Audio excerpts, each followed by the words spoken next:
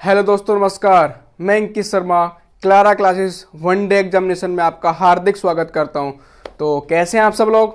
आशा करता हूं आप सब लोग अच्छे होंगे और सुरक्षित होंगे और अपने घर पर रहकर अपनी अच्छे से पढ़ाई कर रहे होंगे। देखिए, जैसे कि ये आपको पता है, काफ़ी जो कोरोना वायरस है फैलता जा रहा है, तो आप लोग प्लीज़ घर पर रुक जाइए और वहीं पे अपना जो भी काम है, पढ़ाई का या आपका कोई ऑफिस का काम है, तो आप वहीं से करें। बाहर नहीं निकले, क्योंकि आप बाहर जैसे ही निकलते हैं तो आप देखते हैं कि कितने केसेस बढ़ते जा रहे हैं। तो प्लीज़ प्लीज़ ये रिक्वेस्ट है कि आप लोग घर पर ही रहें, ठीक है। चलिए अपनी क्लास को स्टार्ट करते हैं। उससे पहले आप लोग इस क्लास को शेयर कर दीजिए, जितना हो सकता है उतना शेयर करिए, सभी तक ये क्लास पहुंचनी चाहिए।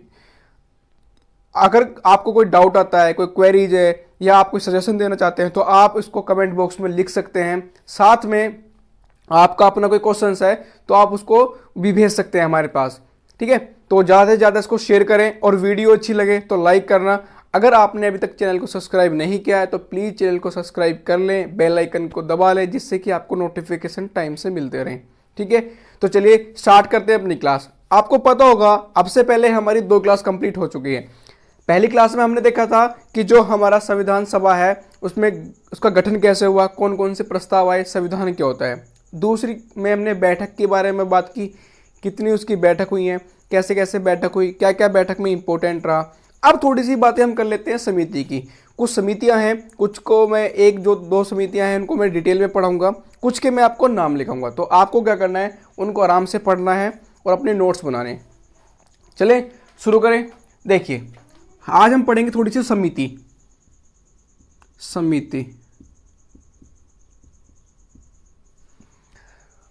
समिति एक प्रारूप समिति थी जिसका अध्यक्ष किसको बनाया गया? डॉक्टर भीमराव अंबेडकर जी को उसका अध्यक्ष बनाया गया। कौन सी? प्रारूप समिति। प्रारूप समिति। प्रारूप समिति का अध्यक्ष किसको बनाया गया? डॉक्टर भीमराव अंबेडकर।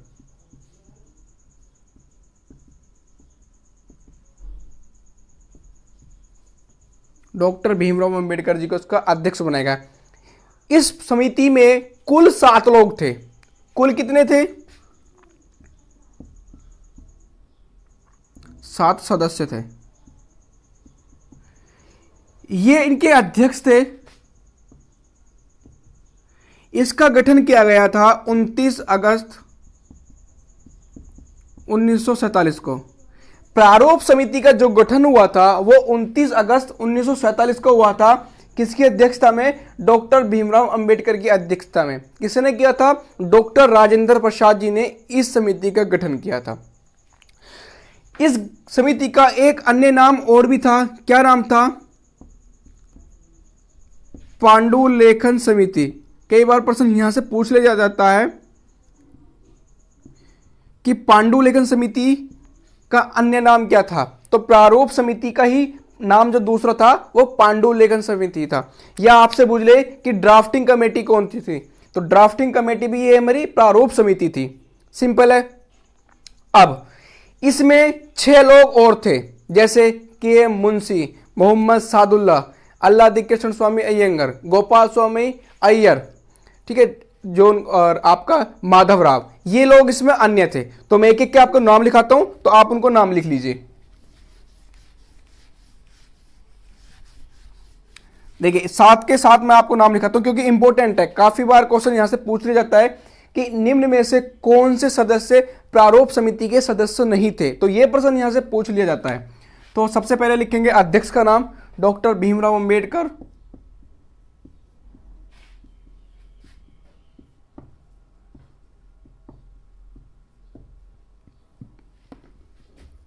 गोपाल ला स्वामी, ठीक है, फिर अल्लादी कृष्ण स्वामी अय्यर, ये आयंगर, पूरा नाम लिख लीजिए, अल्लादी कृष्ण स्वामी अय्यर, के मुंशी, इनका पूरा नाम था कन्हैया माणिकलाल मुंशी। उसके बाद आपका मोहम्मद सादुल्ला, ठीक है। फिर आपका 2 2 4 5 हो गए। उसके बाद माधवराव,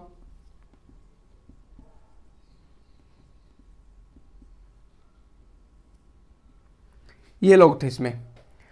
तो जैसे आपने देखा डॉक्टर भीमराव अंबेडकर इसके अध्यक्ष थे,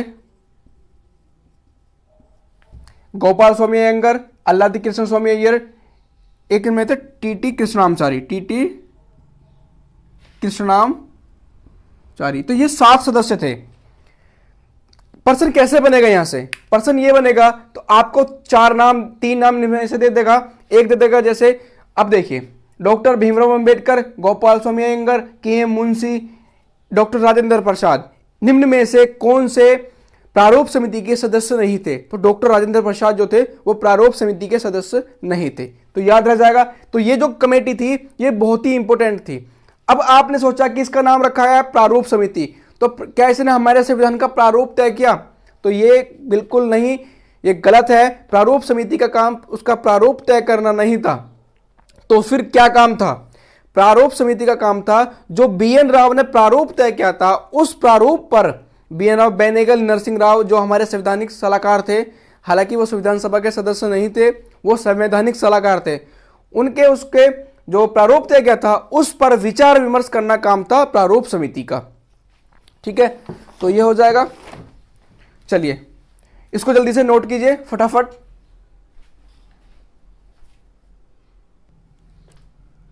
हो गया। चलिए अब आपको मैं कुछ समितियों के नाम लिखाता हूं और उनके जो अध्यक्ष थे, पर्सन पूछ ले जाता है वहां से भी कि उन समिति के अध्यक्ष बताइए। जैसे संघ समिति, संघ शक्ति समिति,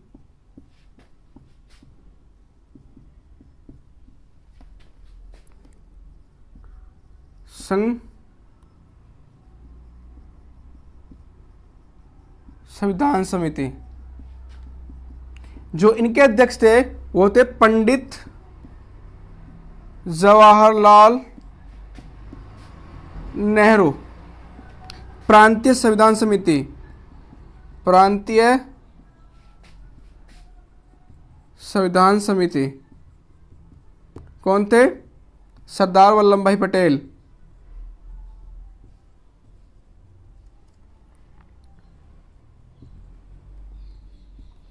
देखिए संघ शक्ति समिति, संघ संविधान समिति, तो अध्यक्ष कौन हो गए? पंडित जवाहरलाल नेहरू। प्रांतीय संविधान समिति कौन हो गए इसके अध्यक्ष? सरदार वल्लभ भाई पटेल। तो नोट करते जाइए, मैं आपको लिखाता हूं। ऊपर एक कार्य संचालन समिति, कार्य संचालन समिति, इसके अध्यक्ष कौन थे? के एम मुंशी, कन्हैया माणिकलाल मुंशी पूरा नाम।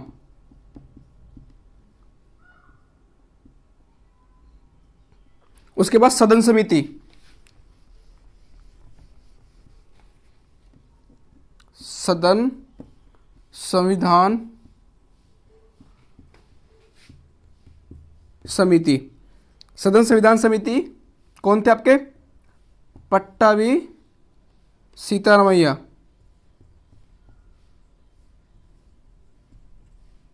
पट्टाभी सीतारमैया कौन थे? सदन संविधान समिति के जो अध्यक्ष थे पट्टाभी सीतारमैया। ठीक है, चलिए हो गया। अब कुछ और बातें करते हैं। देखिए आप सुनिए ध्यान से, जो और आपकी बस्ती एक दो इंपॉर्टेंट कमेटी, वो मैं आपको उसमें कराऊंगा जब मैं आपको क्वेश्चन सेशन लूंगा, तो उसमें मैं आपको कराऊंगा। देखिए अब समझिए हमारा संविधान कब लागू हुआ? हमारा संविधान लागू हुआ 2 बार, एक 26 नवंबर 1949 को, एक 26 जनवरी 1950 को। अब 2 बार लागू करने का क्या मतलब रहा? तो लागू दो तो हुआ हमारा 2 बार, लेकिन क्या पूर्ण रूप से और आंशिक रूप से? तो ये क्या मतलब है, तो इसको समझेंगे। देखिए 26 नवंबर 1949, 26 नवंबर 1949 को भारत का संविधान लागू हुआ आंशिक रूप से। आंशिक रूप से जब लागू हुआ तो पूरा संविधान के जितने आर्टिकल थे, जिसमें 8 अनुसूचियां, 22 भाग, 395 अनुच्छेद लागू नहीं हुए। तो कितने हुए? इस दिन हमारे 15+1 कितने 16 अनुच्छेद लागू हुए। 26 नवंबर 1949 को 16 अनुच्छेद लागू हुए हमारे, और 16 अनुच्छेद, अब मैंने आपको बताया 15+1। अब ये 15+1 कैसे है? देखिए, एक हमारे संविधान का आर्टिकल है 394, कौन सा? अनुच्छेद 394। अनुच्छेद 394 में यह स्पष्ट कर दिया गया था 26 नवंबर 1949 को कि जो हमारे संविधान का शेष भाग है, हमारे संविधान का शेष भाग है, वो कब लागू होगा? 26 जनवरी 1950 को। 26 जनवरी 1950 को शेष भाग लागू होगा। ऐसा कहां लिखा गया है? अनुच्छेद 394 में लिख दिया गया था और ये लागू कर दिया गया था। आप पूछ सकते हैं कि इन ऐसे कौन कौन से आर्टिकल्स रहे हैं जो हमारे 26 नवंबर 1949 को लागू हुए थे। तो अनुच्छेद लिखिए आप, अनुच्छेद 5, 6, 7, 8, 9, 60, 324,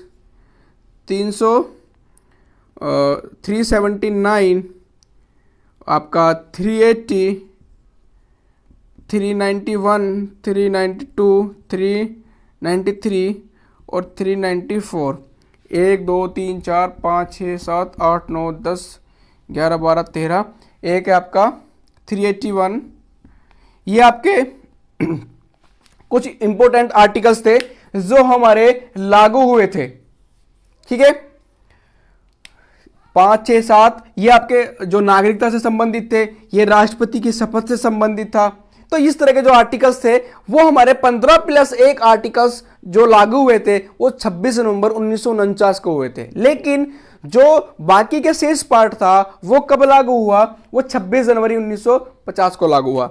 अब आप यहां पे प्रश्न ये पूछ सकते हैं कि ऐसा 2 बार लागू करने का क्या मतलब था? देखिए, हमारा जो संविधान है वो बनकर कब तैयार हो गया था? 26 नवंबर 1949 को बनकर तैयार हो गया था। इतना तो आपको पता है। तो क्या उस दिन को जिस दिन हम इसको अंगीकृत कर रहे थे, उस दिन हमने 16 आर्टिकल्स लागू कर दिए। लेकिन आप याद करें, लाहौर का 1929 का अधिवेशन दिसंबर में हुआ था, जो लाहौर 1929 का अधिवेशन, कांग्रेस का अधिवेशन 1929 दिसंबर में यह हुआ लाहौर में। और लाहौर में जब अधिवेशन हुआ था उस दिन हमने तय किया कि जो 26 जनवरी है, हम प्रत्येक वर्ष आपका जो है उसको हम स्वतंत्रता दिवस के रूप में मनाएंगे। 26 जनवरी को स्वतंत्रता दिवस के रूप में मनाएंगे। तो अगर हम देखें, हमारा जो भारत आजाद हुआ था 15 अगस्त 1947 को। अब देखो यहां समझो, 15 अगस्त 1947 को तो आजाद हुआ था। तो 15 अगस्त जब हमारा स्वतंत्रता दिवस हो गया तो हम 26 जनवरी को कैसे भूल सकते थे? क्योंकि हमने 1929 लाहौर अधिवेशन में यह तय कर लिया था और बनाते आ रहे थे हर वर्ष, प्रत्येक वर्ष, कि 26 जनवरी को अपना स्वतंत्रता दिवस मनाएंगे। अगर हम ये को कर दें तो या तो ये छोड़ दो या ये छोड़ दो, हम दोनों ही नहीं भूलना चाहते थे। तो क्या हुआ, हमने इसको कहा कि ठीक है 26 जनवरी को आप अपना सेकंड पार्ट, मतलब बचा हुआ शेष संविधान का जो भाग है वो लागू कर दीजिए। तो अनुच्छेद 394 में ये लिख दिया गया कि संविधान का शेष भाग 26 जनवरी 1950 को लागू होगा। क्लियर है? अब कई बार प्रश्न यहां पे ये बनता है और काफी बुक्स में भी रखा है कि जो आपका संविधान के कुल कितने अधिवेशन हुए। संविधान के कुल कितने अधिवेशन हुए? तो अधिवेशन की अगर हम बात करें तो 11+1। अब 11 अधिवेशन तो नॉर्मली लिखा हुआ है, लेकिन कहीं पे लिखा हुआ 12 है, तो वो 12 बिल्कुल ठीक है, आपके 12 हुए थे अधिवेशन। जो अंतिम अधिवेशन था 24 जनवरी 1950, अगर इसको हम काउंट कर ले, 24 जनवरी 1950 के अधिवेशन को अगर हम काउंट कर लें तो हमारे 12 अधिवेशन बैठते हैं। ठीक है, क्लियर है भैया। तो आपसे अगर आप पूछे कि संविधान में कुल कितने अधिवेशन हुए तो 11, 11 प्लस 1 12 आपको बताना है। अब देखिए 2-3 फैक्चुअल क्वेश्चन मैं आपको समझाने वाला हूं। जैसे मैंने आपको पहले भी ये बताया होगा कि हमारे संविधान सभा में कुल कितनी महिलाएं थी।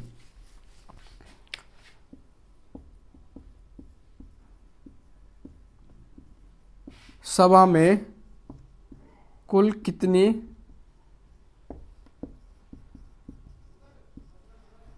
महिला थी। देखिए कुल महिला की अगर बात करें तो संविधान सभा में कुल महिला 15 थी। पहली बैठक की बात करें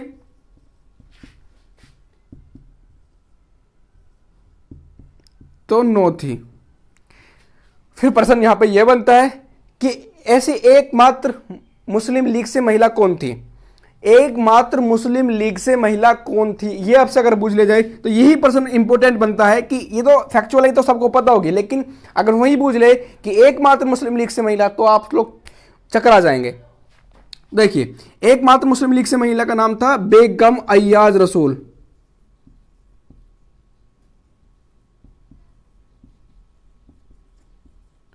ये जो थी ये मुस्लिम लीग से थी, मुस्लिम लीग से थी, ठीक है। अब कुछ एक इंपॉर्टेंट क्वेश्चन मैं आपको और समझाता हूं, वो आप ध्यान से सुनिए। आपसे कई बार अगर पूछ ले कि जो हमारी प्रारूप समिति थी उसमें एक कांग्रेसी नेता का नाम बताइए, हालांकि सारे ही कांग्रेसी थे। आप इसको समझिए, कैसे समझेंगे। देखिए ये थोड़ा सा समझने के लिए है।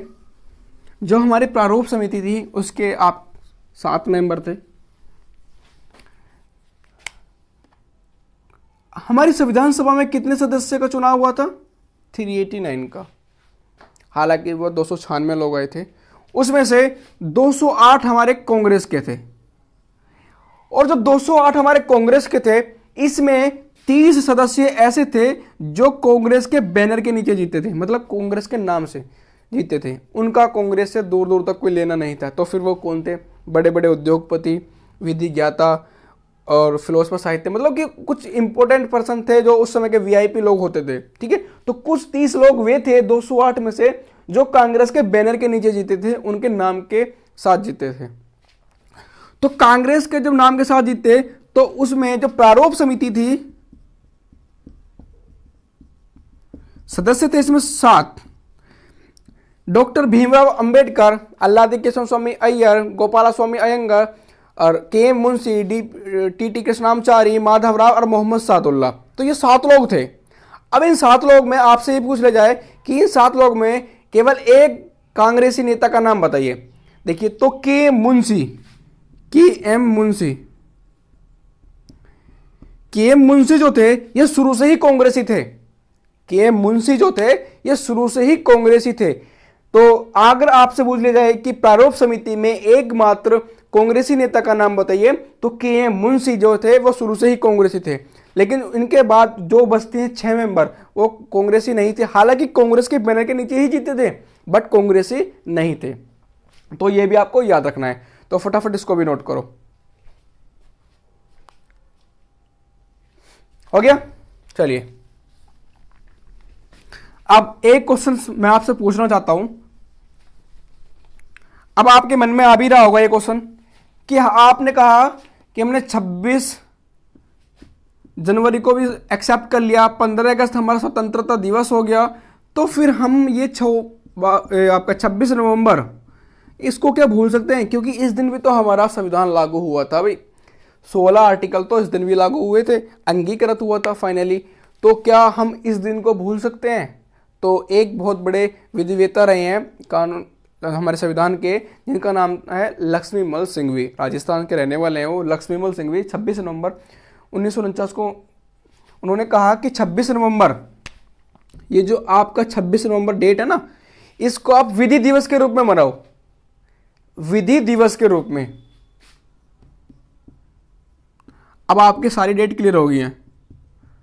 तो आपसे अगर पूछा जाए कि विधि दिवस हम कब मनाते हैं, 26 नवंबर को हम अपना विधि दिवस मनाते हैं। किसके कहने पर? लक्ष्मीमल सिंघवी के कहने पर हम अपने 26 नवंबर को विधि दिवस के रूप में मनाते हैं। 26 जनवरी गणतंत्रता दिवस, 15 अगस्त स्वतंत्रता दिवस और 26 नवंबर आपका विधि दिवस के रूप में। ठीक है, तो आपको ये सारी क्लासेस कैसी लग रही हैं आप कमेंट करके बताइए। नेक्स्ट क्लास में हम देखेंगे इसके important point, fact, one liner, जितने भी क्वेश्चन बन सकते हैं वो हम सारे क्वेश्चन कवर करेंगे उसमें नेक्स्ट क्लास में। तब तक आप इसको अच्छे से पढ़िए, 1 2 3 बार जितना भी आपको समझ में आए उतना पढ़िए, साथ में नोट्स बनाइए अच्छे से और रिपीट करिए और क्वेश्चन सेट लगाइए, प्रैक्टिस करिए और आप देखिए कि आपको कितना आ रहा है। ठीक है, और घर पर रहें भैया, बाहर नहीं निकले, क्योंकि अगर बाहर निकलोगे तो बीमार होना संभव है, क्योंकि बाहर इतने केसेस आ रहे हैं, 3 lakh 4 lakh cases per day आ रहे हैं और डेथ भी आप देख लें कि मोर्टेलिटी रेट कितना है। तो आप प्लीज़ घर पर रहकर अच्छे से पढ़ाई करें, बाहर ना निकलें, और अगर कोई बहुत ही ज़रूरी काम हो तो ही बाहर निकले, उसमें भी ग्लव्स और मास्क वगैरह लगा कर निकले और सोशल डिस्टेंसिंग मेंटेन करें, सैनिटाइजर का यूज़ करें, बार बार हाथ धोएं, अच्छे से रहें, घर पर रहें। ठीक है, अपनी फैमिली के साथ रहें। ठीक है, और पढ़ो आराम से, बस जो भी पढ़ाया जा रहा है पढ़ो, और वीडियो को भैया ज़्यादा से ज़्यादा लोगों तक पहुँचाओ, ग्रुप में, व्हाट्सअप, टेलीग्राम, इंस्टाग्राम, जो भी आप यूज़ करते हो वहाँ पर पोस्ट कर दो, अपने व्हाट्सअप के स्टेटस पे लगा दो, सभी तक ये क्लास पहुँचनी चाहिए। और वीडियो अच्छी लगे तो लाइक जरूर करना भैया। ठीक है, तब तक के लिए बाय बाय, जय हिंद, जय भारत।